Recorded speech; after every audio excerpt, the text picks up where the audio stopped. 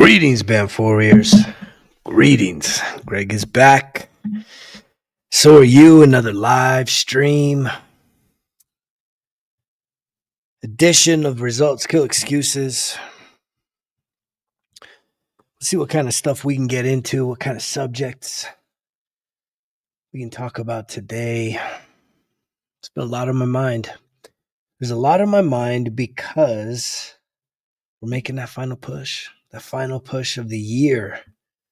The final push of 2025. I know some of y'all, it is like hard to believe. Almost asking like, where'd all the time go? Where did all that time go? And if you think back to a year ago, what kind of goals, what kind of things did you imagine yourself doing that maybe you did, maybe you didn't do? But there's a lot going on right now. And I think it's really important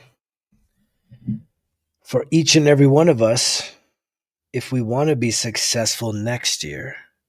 I always think it's really important for you to take accountability for this year. That way you can make some adjustments, dial in,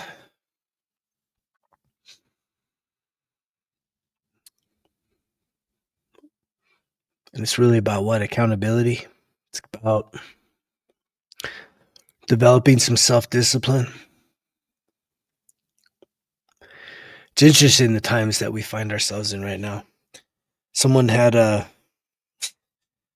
made a comment. I get lots of comments from all the content that I post, but I get lots of comments from people that are overwhelmed or fear-based. And I feel all that. But I don't give attention to it. I can't put too much attention into the conspiracy theories. Earlier this week, I was getting a massage. My massage therapist,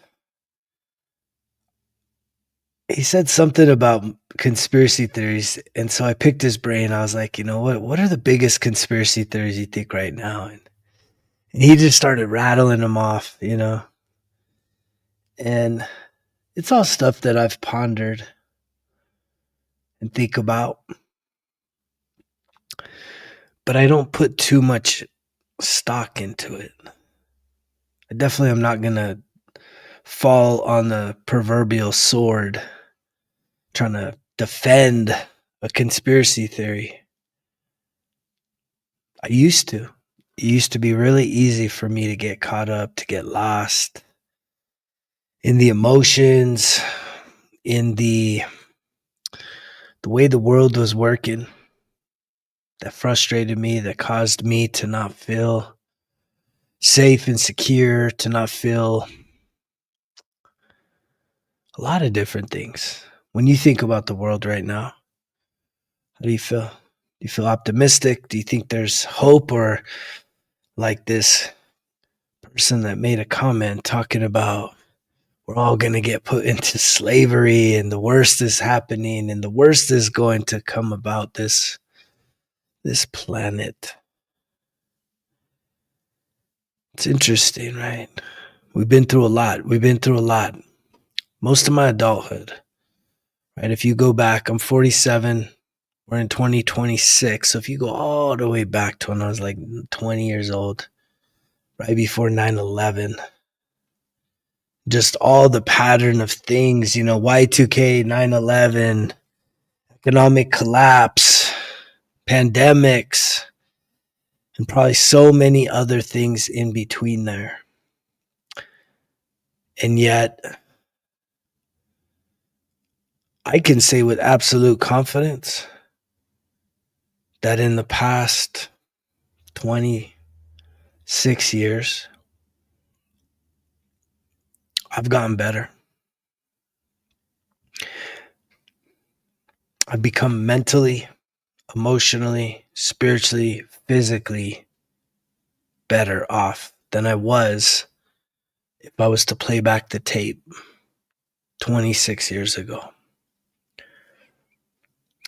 And that's really the way that I show up each and every day, is saying, how do I just get 1% better?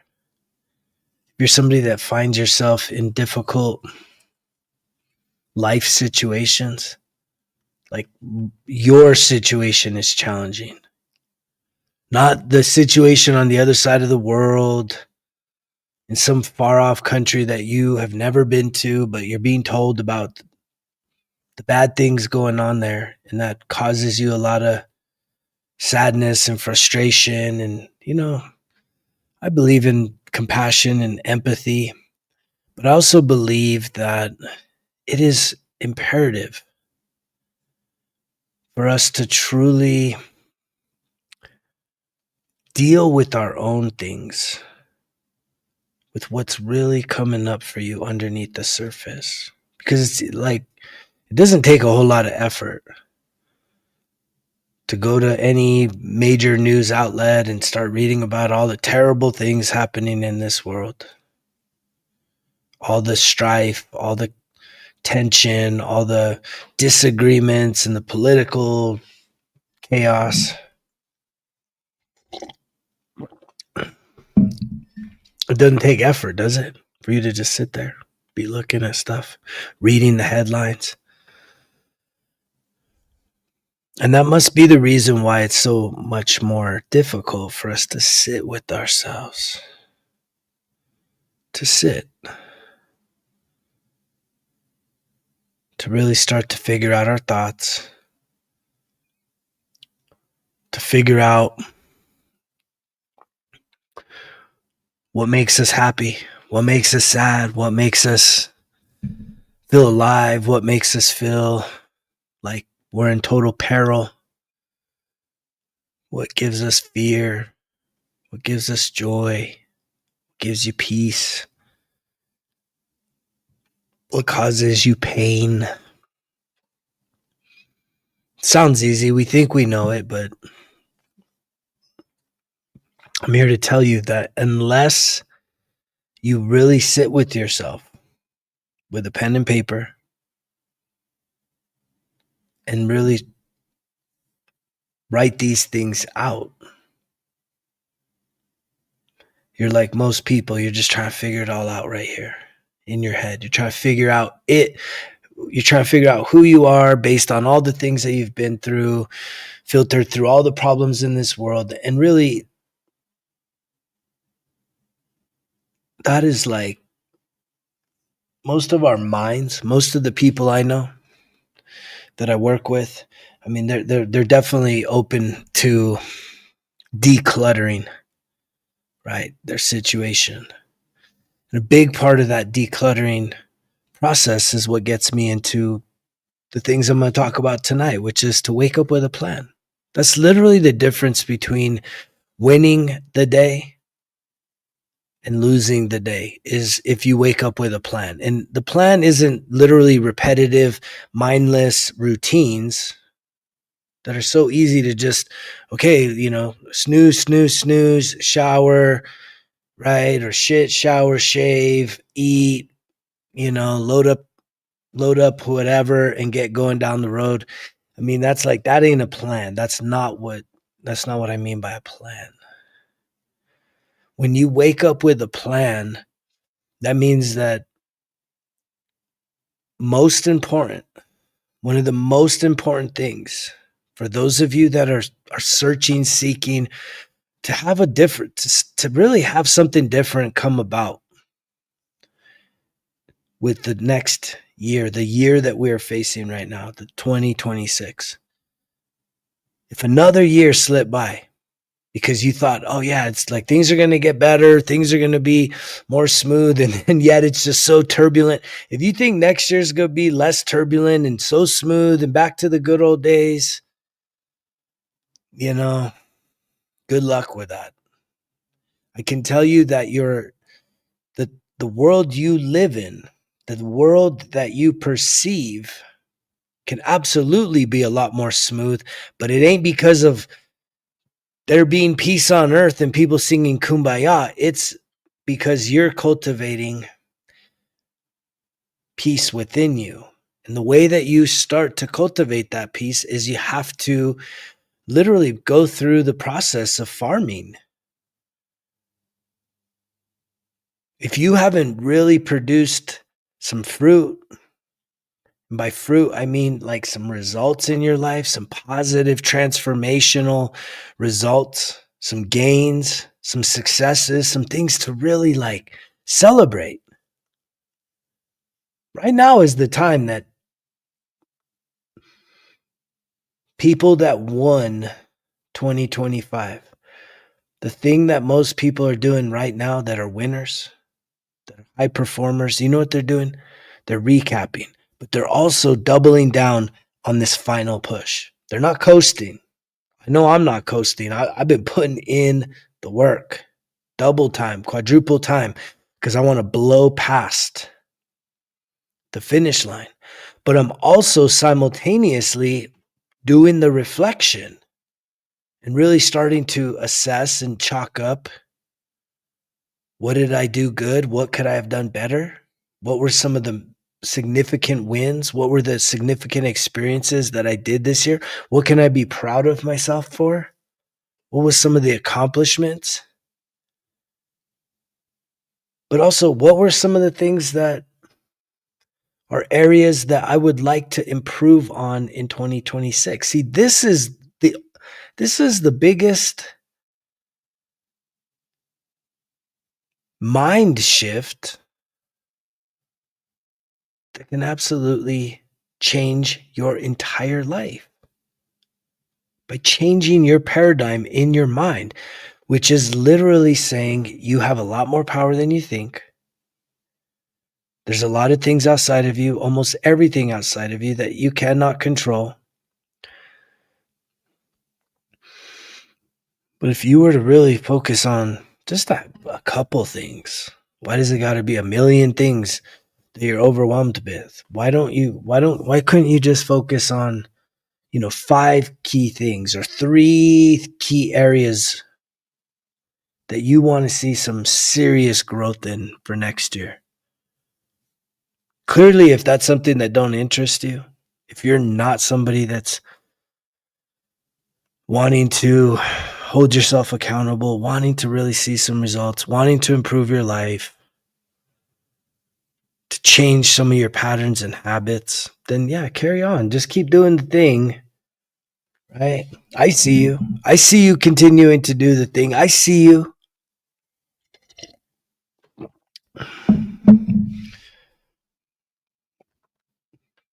A statement that is absolutely not true is that if you don't do the work, if you don't improve your life, this is an untrue statement that it doesn't impact me. That is actually untrue.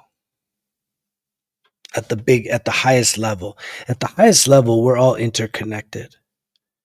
And if we want to live in a more peaceful, prosperous, loving, harmonious world, well, then we all have to do our parts by becoming that type of a person. And the way that we become that is by really shifting our priorities, shifting our focus, really having a greater sense of why are you on this planet right now? And every day that goes by that you don't wake up with a plan,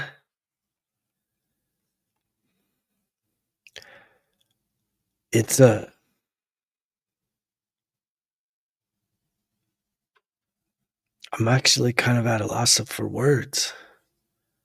For those of you that literally take it all for granted, you're just so caught up. You're so caught up in what you consider your life and all of the things going on.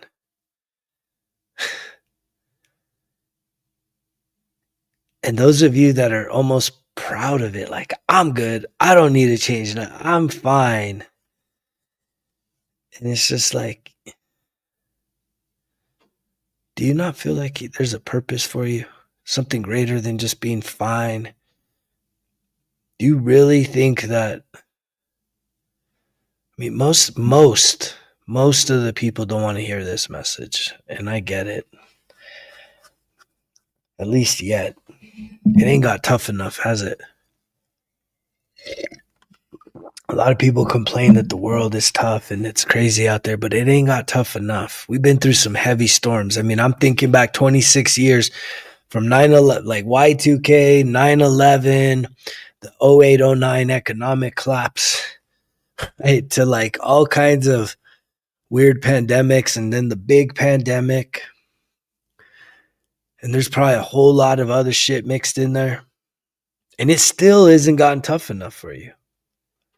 Because the majority of people, y'all still clinging to the politics, you're still clinging to the entertainment and the sports and the revelries and the just business as usual, really. It's just business as usual. Right. It's all kind of back to normal, but we all know, I think most people deep down inside, there's something in you that's saying it has an appearance that things are normal, but it's not normal. Something's off. And I believe that little bit of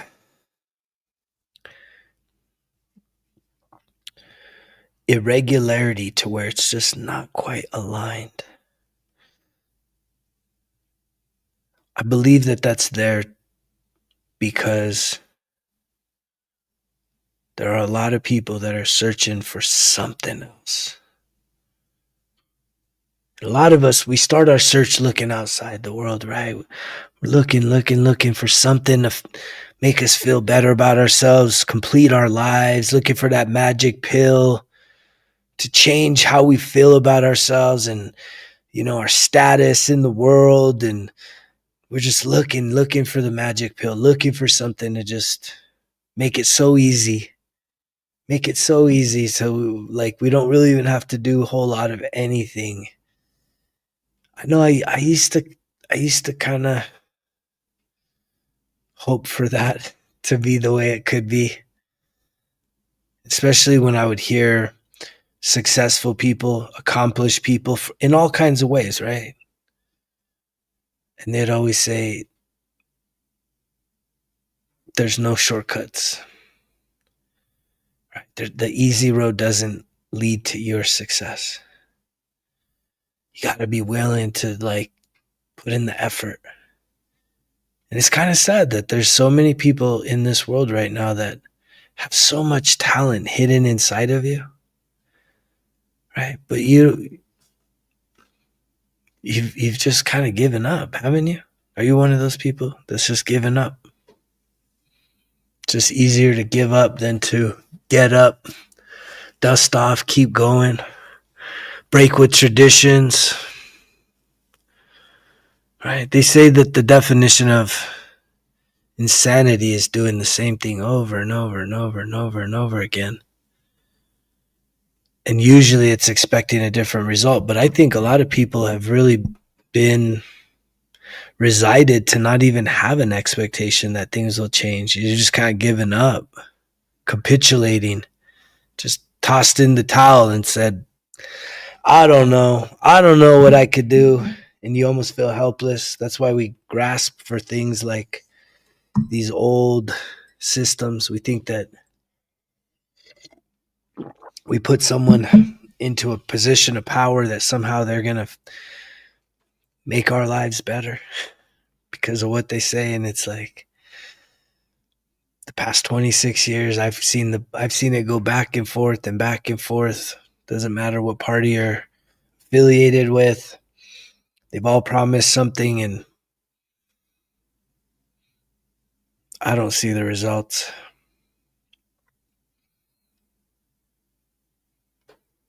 I mean, I do see the results. I don't see the promises being fulfilled, but I definitely see the results of people's lives in general becoming harder and harder and harder. It's harder and harder and harder and harder to really make ends meet, to feel some relief, not stressing out. Even this time of the year, right? The holidays. Do the holidays feel the same to you? Are you cheery? Are you real cheery and jolly, right? Or does it feel like maybe it's not so much about the gifts and all the things? Like, where are you with that? Comment down below. If you're hearing this message and you're somebody that's been kind of reevaluating what the holidays mean to you. I know I have. I've been reevaluating. I used to be the jolliest guy at Christmas, and I'm still filled with love, joy, and peace. But like the traditional stuff, I don't know, it doesn't do it for me anymore the way it used to. Things are different. Things are different. But I'm also somebody, part of the journey I've been on for the past 14 years of being sober and healing. When you really start to awaken and you really start to put in the effort and you really start to value life, right? Like the concept of life, waking up with a plan, then what I've experienced for myself is I don't hold one day, one season, a holiday. I don't hold anything above another day. It's just if I have life. And I think a lot of that has to do with the fact that at 47, I've lost a lot of friends already. I've lost a lot of close people my age. A lot of it to suicide, a lot of it to addiction issues, a lot of it to violence.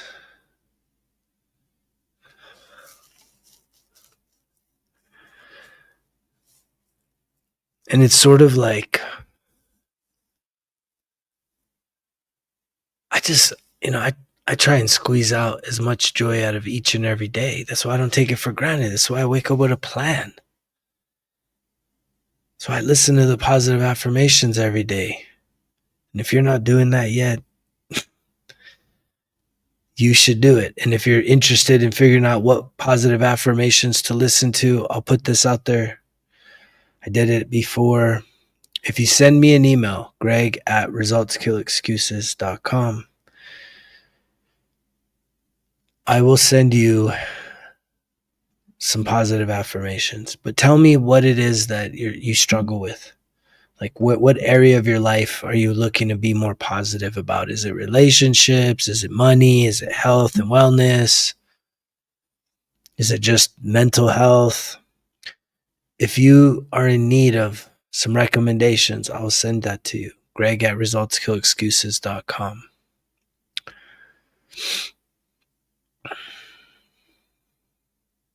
It's really sad to think about how many people are in this world that are just going through the motion, just going through it.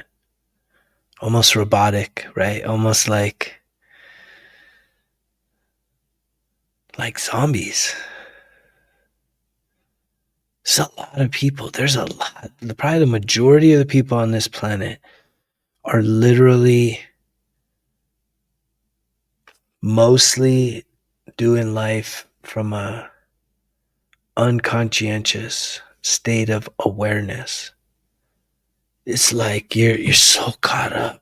I see it on the social media, the things that we want to argue about and fight about and talk about. It's like, really, that's what matters? That's the most important thing for you?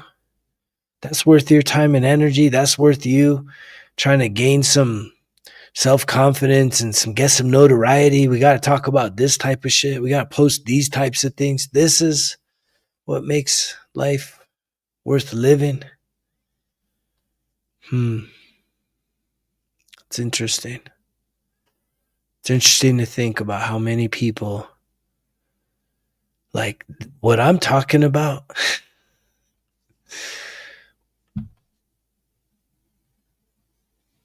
I believe we all have a choice as to whether or not we're going to start putting in the effort to really heal ourselves, free ourselves from the emotional wounds, and to really become the best version of ourselves, to really be the best freaking version you can. And you know what's a big part of that? being the best version, it's realizing that you have an incredible gift hidden inside of you. Like, you have talents. You have the type of talent inside of you that if you didn't have the kind of self-conscious, having having your inhibitions locked up because you're worried about what other people are going to think. Like, if you were to notice that you have a gift and really, like, you were to see yourself as being worthy to be the most famous person on this planet with the gift that you have when it is expressed,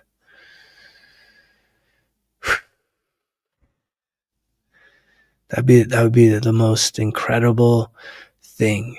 And that's the biggest part. That's one of the most important part of when you do the healing work, is you realize that sitting there and spending a lot of time being entertained by other people, whether it's social media, whether it's sports and entertainment, actors,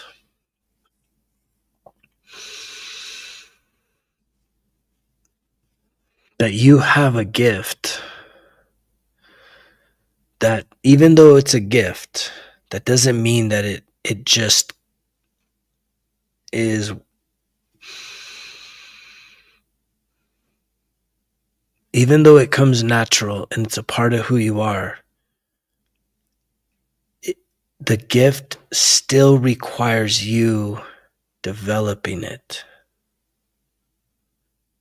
And I think that's what gets so many people caught up, is you know that there's something inside of you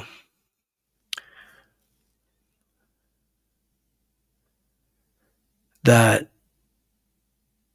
you've always wanted to do, but you just haven't quite had the confidence or the courage to do it.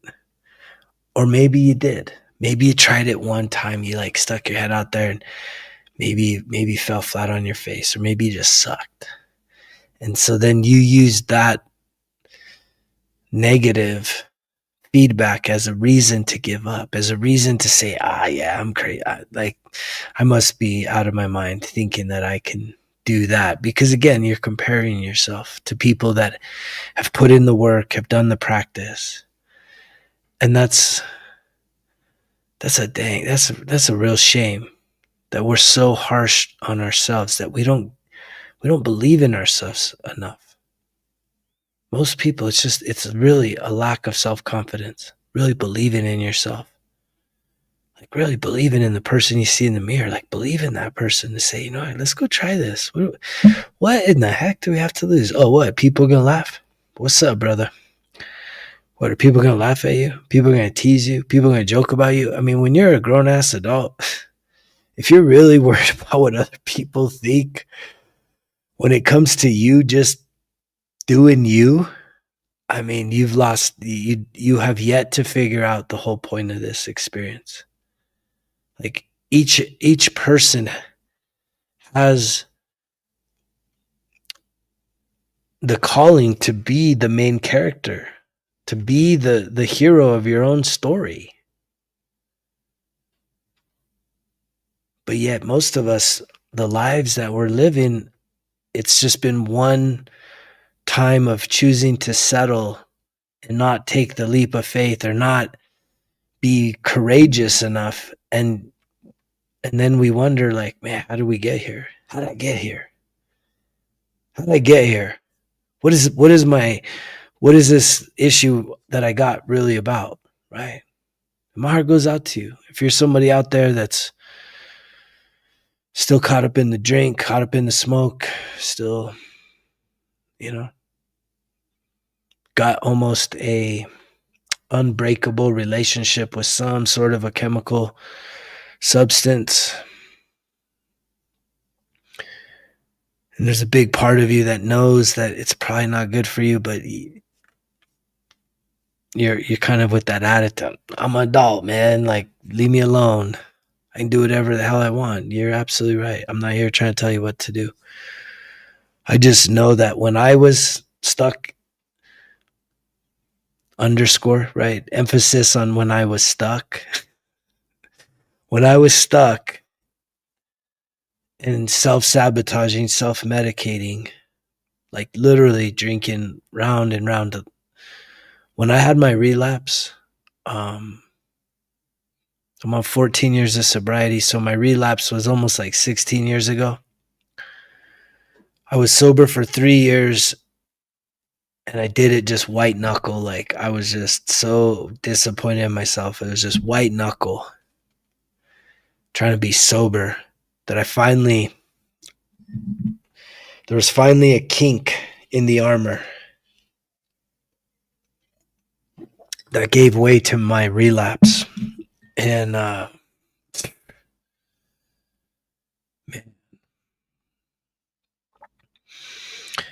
I call it an 18-month death spiral to straight to the bottom. I mean, I had probably drank more in that 18 months than probably the 10 years prior, even with 3 years of that being sober. I mean, I was drinking around the clock. I was just begging. I was begging for my life to just go up in smoke, for me to just hit that rock bottom, for me to just, you know, just self-destruct. Right? I was just like, I kept pounding that button, self-destruct, self-destruct. Come on, when is it gonna happen? Oh man, that was painful. That was painful. And there's a lot of people out there, y'all. Some of you just, you've had a long relationship with whatever that chemical is, right? I'm talking 20 years, 30 years. Right? When I first met alcohol, I was probably like 12. When I first started drinking on a regular basis, about 13, like 8th grade, 7th, 8th grade. And then from really 9th grade on, 14, 15, till the time I hit my rock bottom, 33.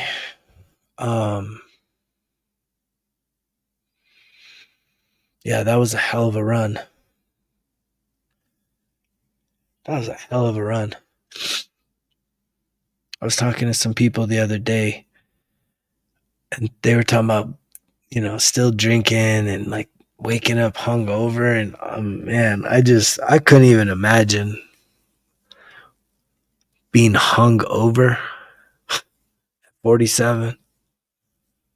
And I feel 47 is young, but some of y'all have put yourself through so much, and you've been messing with the substance for so long that there's just no other way. There's just no other way to be. It's a part of the culture. It's a part of your routine. It's a part of who you are. It's like, it's your personality. It's your best friend. It's your mistress or your mister.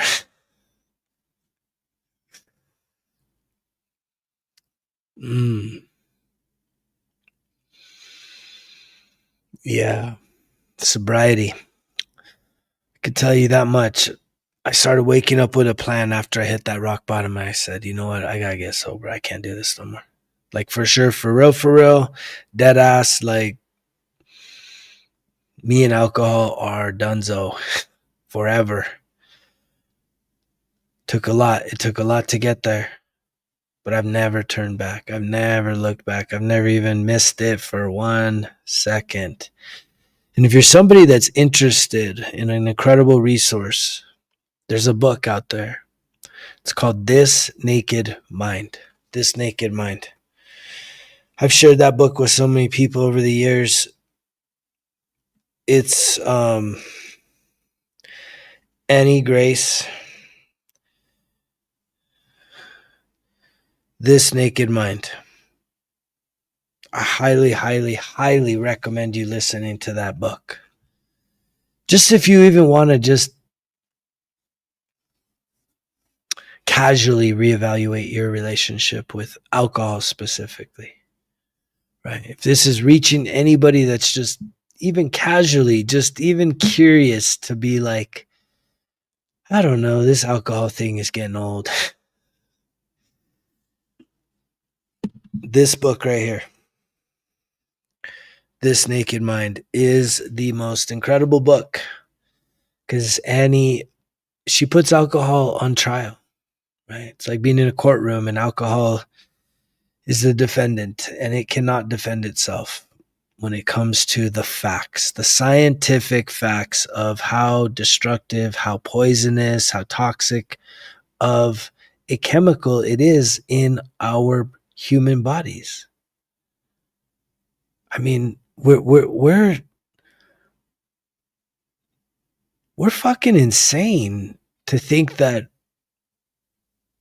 poisoning ourselves is an incredible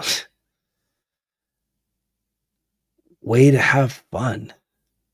That's some crazy mindset. That's not the right mind. That's the wrong mind. And I learned that game so early on and I loved it so much. I got so caught up on that bullshit.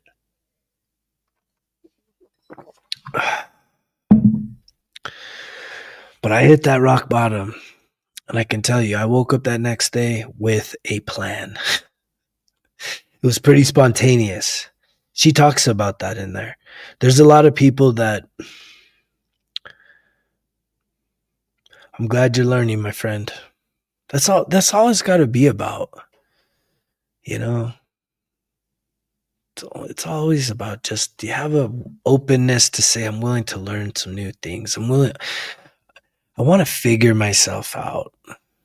We're so sensitive. We're so like uncomfortable with like figuring ourselves out, and because we don't want to be critical to ourselves, and we already feel bad enough about ourselves that, to be honest with ourselves,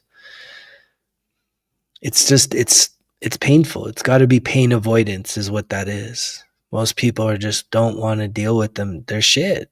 You don't want to deal with your shit. So you just keep doing the same old shit. And it's sort of like, kind of like a little bratty kid, like, yeah, I'm an adult now. You can't tell me what the fuck to do. It's like, yeah, there you go. There you go. Okay. Not trying to tell you what to do, for sure. No need to tell you what to do. Right. But I will tell you that along this journey, this healing journey, there is something that's incredibly powerful. It's called reparenting. And it's something that I do every single day. And it's really helped me to heal the inner child wounds, the reparenting, meaning that the inner child may be a new concept for some of you, because you think you just got grown up and fuck that kid shit, It's like, yeah, you may fuck it, but it's gonna fuck you, because it doesn't just go away. The kid shit the wounds from childhood do not just evaporate because you're an adult now, because you're 18 or you turn 21. All my childhood trauma just evaporates. I'm an adult now. It's like, no, you're not. You still have wounds. You still have childhood trauma. And that's really the root of your suffering. That's the root of the pain. That's the root of your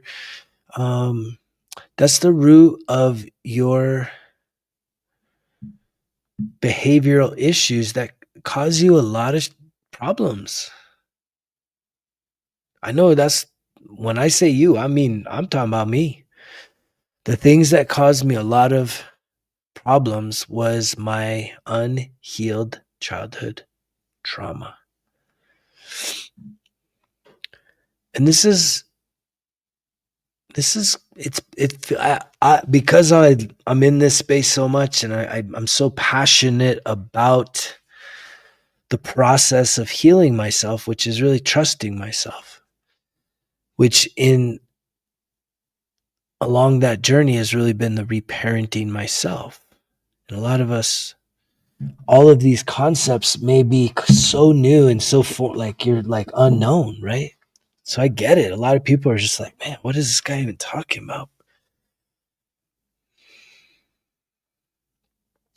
And that's why it's really important that if this message has found you, why don't you give yourself an opportunity to like sit with yourself a little bit before the new year, and maybe just let's do some reflecting, Like, I've got a whole worksheet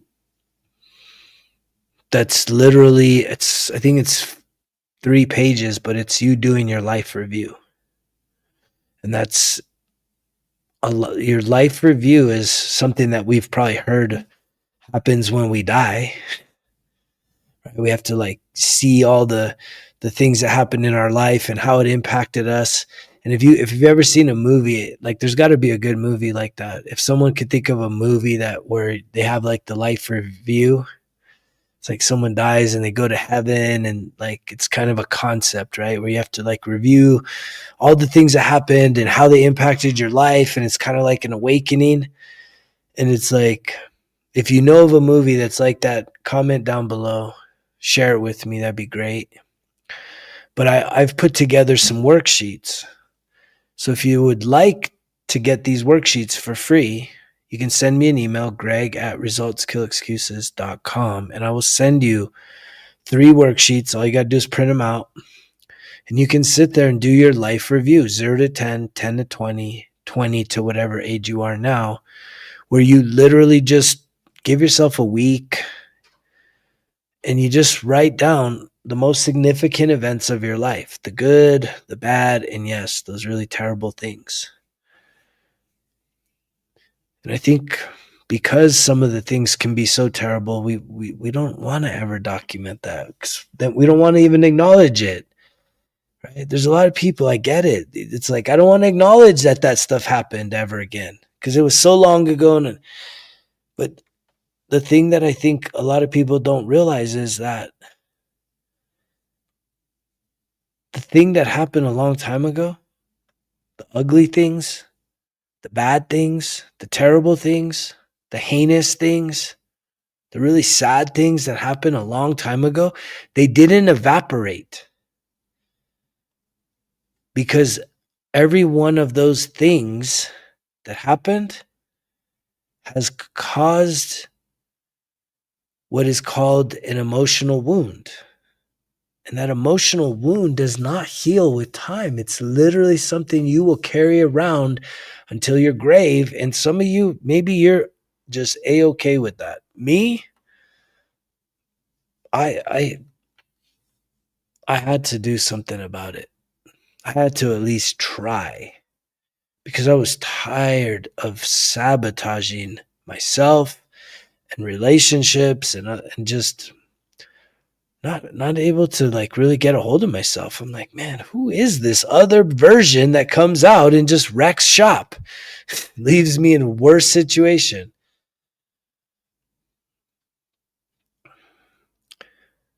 Yeah, it doesn't just evaporate, the trauma.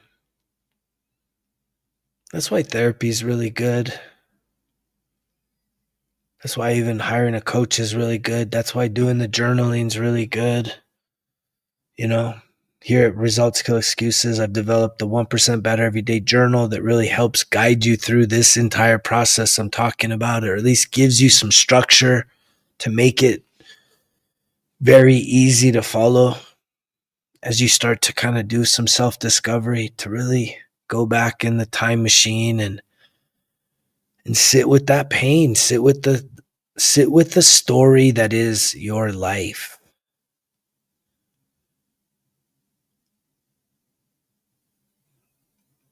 Ignoring it does not make it go away. Avoiding it does not make it go away. It shows up. It shows up in your life. I guarantee you, your trauma, there's trauma fingerprints throughout your entire life. And I'm talking about the trauma 0 to 10 years old. The things that happen 0 to 10 years old, those fingerprints are all over your adult life. They're all over how you're behaving this week, last month, last year, the past 5 years, the past 20 years, however long it's been since you were 0 to 10. I guarantee you the trauma fingerprints are all over your life. But we live in such a unconscientious state of being because we're not waking up with a real plan, with real intention, saying, I'm going to take my power back. I'm going to find the courage that I know exists inside of me to be able to like make some radical changes. And it's going to take some real courage, some real strength, some real inner fortitude to be like, I'm going to place a bet on myself. A lot of you wouldn't bet on yourself for anything because you don't believe in yourself. Because why? Because whatever happens 0 to 10, someone planted an abundance of seeds of doubt saying you're not good enough, you're a piece of shit, you're terrible, this, that. I mean, all of these things. And then a lot of us, we don't even remember the things in specific. That's why doing the life review in the here and now is so empowering. Because when you sit with yourself and you have the fuzzy memory of your childhood, it's been so long. Why would that still be relevant today? It's everything right now. Everything, your whole behavior, all your fears, all your doubts, all your bad habits, they're all based on how you are dealing with the pain from your childhood. That's what's going on.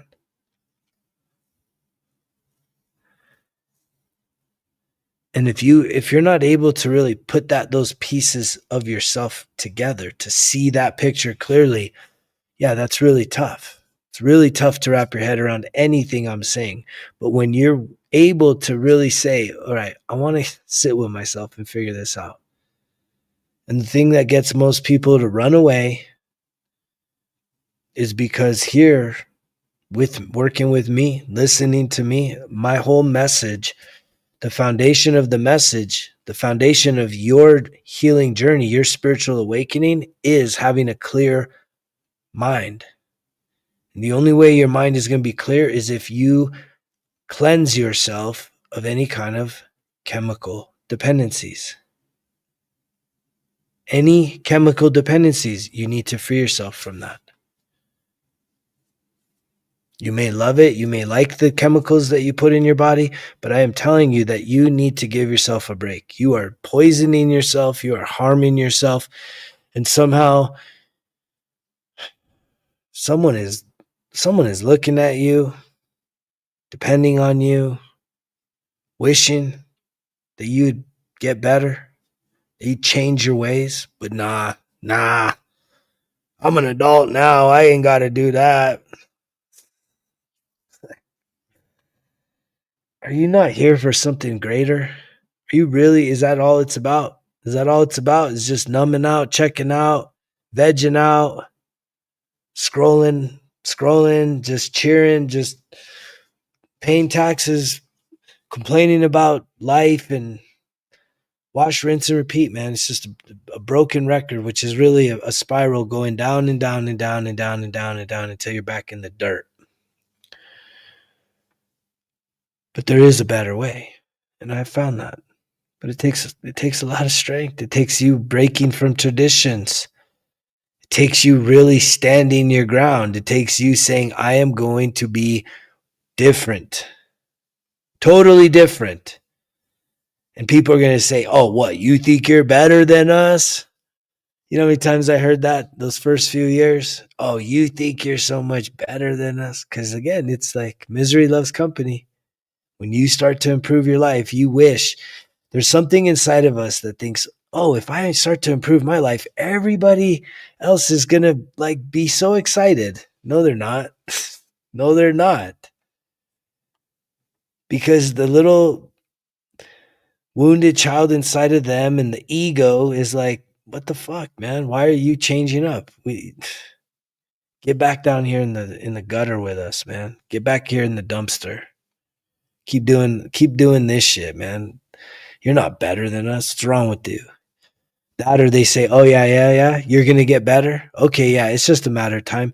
And then what happens is you do start to improve, but then you get lonely. right? Because there are some lonely chapters in the healing journey, in the spiritual awakening. There's some lonely chapters because you get to a place where you separate from your current friend group because you no longer are doing the same old bullshit and you're ready to start doing some different things, meet some new people, but you haven't fully arrived at the new friend group, which they do exist out there. There are people out there that don't have to get drunk and high for every fucking social activity. I am one of them. And there are many, many people out there that are starting to awaken to this and realize this and, live incredibly prosperous, healthy, happy, loving, kind, fulfilled lives. Not to say that your life sucks if you're just caught up on chemicals. I just know that it would be better if you weren't. Right? It would be better because you're poisoning yourself. How could anything that is literally you poisoning yourself, call it a martini, call it a cocktail, call it a brew, call it wine. Oh, good for the heart. It's like, no, it's not. No, it's not. Right? This naked mind. If anybody is out there watching this and you want to just reconsider, you just want to like reevaluate your relationship with alcohol, This Naked Mind. This is the best book out there. Control alcohol, find freedom, discover happiness, and change your life. Sounds like what we're talking about here, right? But it takes courage. It takes courage to do that, right? It takes a lot of courage. Thanks for being here. Thanks to everybody that's listening.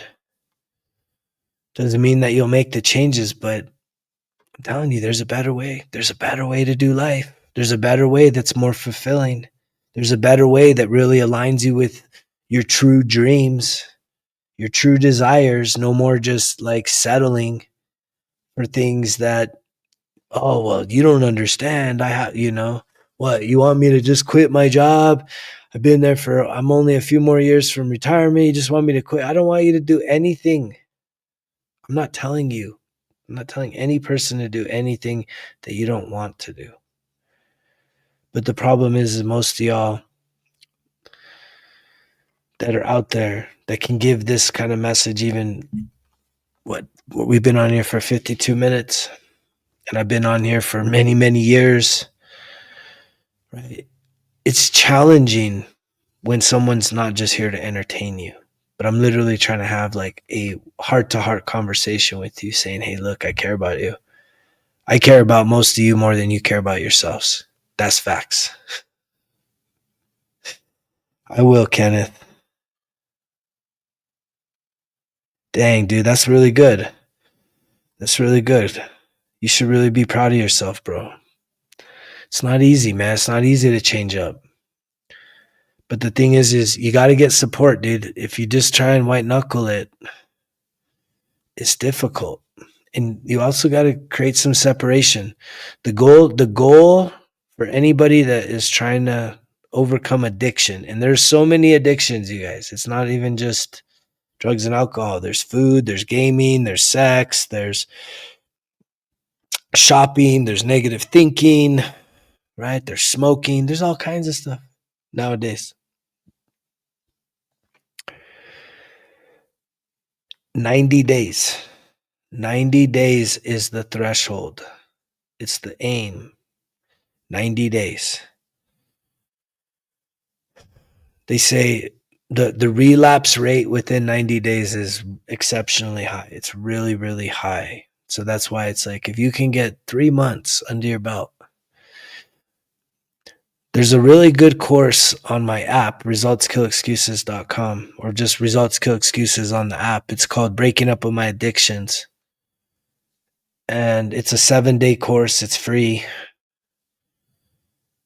But one of the lessons when it comes to addiction is that, and we all do this, right? I used to do this myself. I used to say, but I got an addictive personality, so I give up one thing, one vice for another, a lesser. But the thing is that you need to substitute. If you're just trying to white knuckle it, man, it's gonna be tough. It's gonna be tough.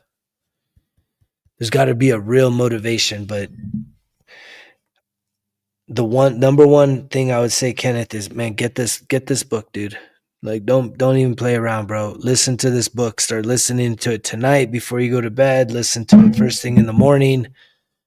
This Naked Mind. I mean, it is mandatory reading for anybody that wants to reevaluate your relationship with alcohol. Please. I know a guy, he was 72 years old, and he used to go to the gym I worked out at. And we would chop it up. It was just kind of like a family-owned type gym. And I don't know how we ever really got on the subject of alcohol. But, he's 72 years old. And he used to always be impressed with me. And I'm always impressed with a 72-year-old at the gym still. But somehow we got on the subject of alcohol. And I think it must have been like maybe one of my anniversaries or something. I was like, yeah, man, I'm celebrating, 10 years back then or whatever. It was probably like 8 years. And he was like, wow, really? How'd you get sober? And he started asking me. And so I told him parts of my story, but I shared that book with him, This Naked Mind. And then I remember the pandemic happened, and I hadn't seen him in like 2 years. And when they reopened the gyms post-pandemic, I remember seeing him, and man, he was the happiest guy to see me. He was so just filled with life, and he was so excited. He's like, dude, you're not going to believe how much you changed my life. And I'm like, what are you talking about? He's like, the book. He's like, man, if you hadn't recommended that book to me, he's like, I just hit 2 years sober. And not only him, but his wife also. They both found the power and the strength to give up. I mean, 72, I'm sure the dude was drinking since he was a teenager. You know what I mean? Like, you're talking dang near 60 years of drinking. The book is that powerful. If you're willing to listen to it, it puts alcohol on trial in a way that, like, alcohol and your excuses and all of your associations, well, but it's social and, just a little bit here and there is not a bad thing. All the shit you tell yourself to just continue doing it, it all gets the light shined on it. And guess what comes up? All of that stuff that you say is all bullshit. Because the truth is, the main ingredient of alcohol, like the stuff we drink, is ethanol. And it is a carcinogenic in our body. So it is literally a poison. We are poisoning ourselves. And it is so harmful. It is like unbelievably harmful. And when you're willing to literally say, I care about myself more than you have to, can you sit there? You are sitting there, or you're wherever you're at. But think on this thought for just a second. It came to my mind. So if ethanol, which is the main ingredient of alcohol that we consume, is a carcinogenic, it's a poison. It's literally toxic to our bodies. That's why we get intoxicated. What does that truly say about you and your relationship with yourself? That if you hear what I just said, it's a poison, and yet you keep doing it to yourself because society tells you it's good, it's okay, moderation or whatever they try. Moderation gets thrown out in the book, This Naked Mind. Right, all of it. Just the little grandpa that says, oh yeah, I just need I just have my little wine at night. It's like, It's poison.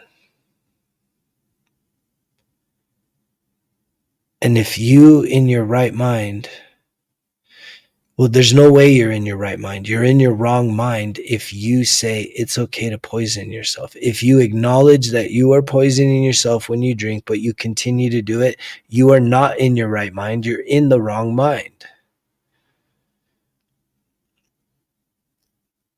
And you think it's only because it's, well, but my friends all do it. All the people I like, I'm going to be all by myself if I don't drink. I mean, that's your ego talking. That's fear.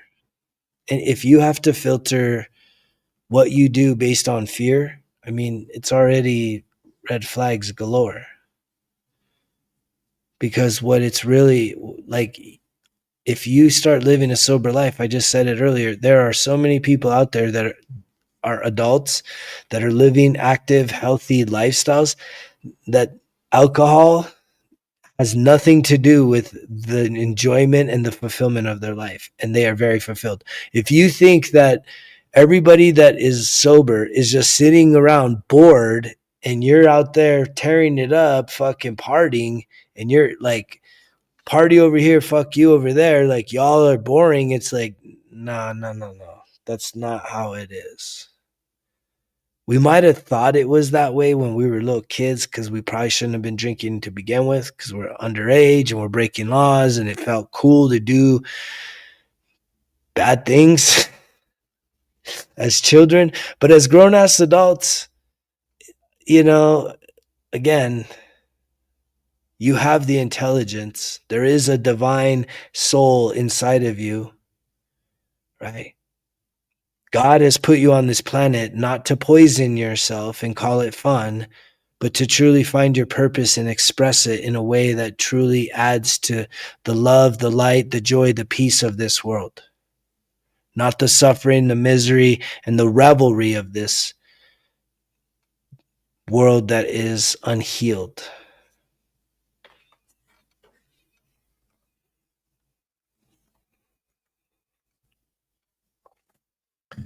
Good stuff.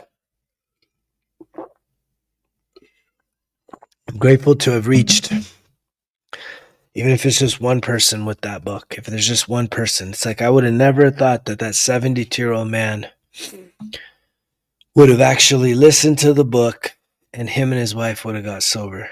But I know they're living good right now. And I'm sure that they wish they would have made that decision many, many years ago. And there's maybe even a part of you that wishes, well, what's the point in doing it now? It's like, what? If you get to wake up tomorrow, that's the greatest gift. Life. If you think that this life that is such a great gift is for you to just squander, for you to just disrespect, for you to treat like it has no value to it,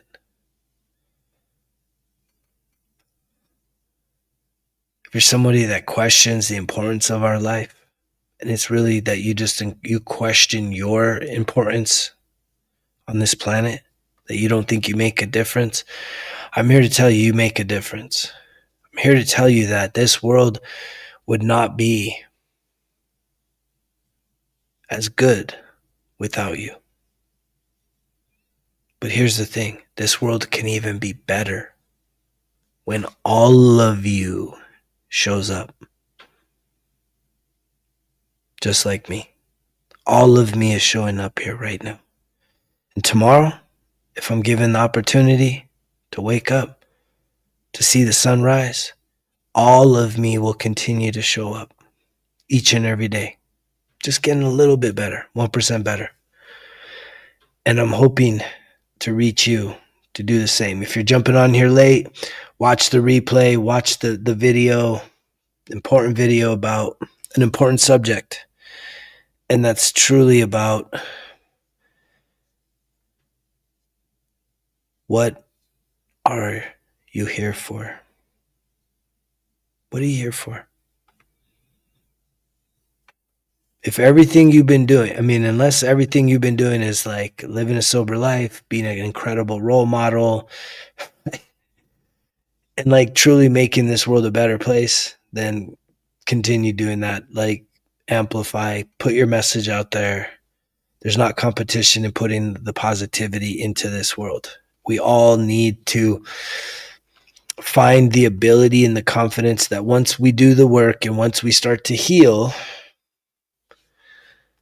then your message is absolutely something that, yes, God will use to help inspire people around you. Right? We don't have to do this alone. We're in this together. And more people are awakening to it. I see 1010 right now. It's a great alignment. Thank you, Kenneth, for being here. Please, man, get yourself that book. Right? It'll give you a lot of inspiration to just keep going, man. Don't white knuckle it. But get yourself some support, bro. Do the work. If you're interested in the 1% Better Everyday Journal, click on the link down below. Check out resultskillexcuses.com.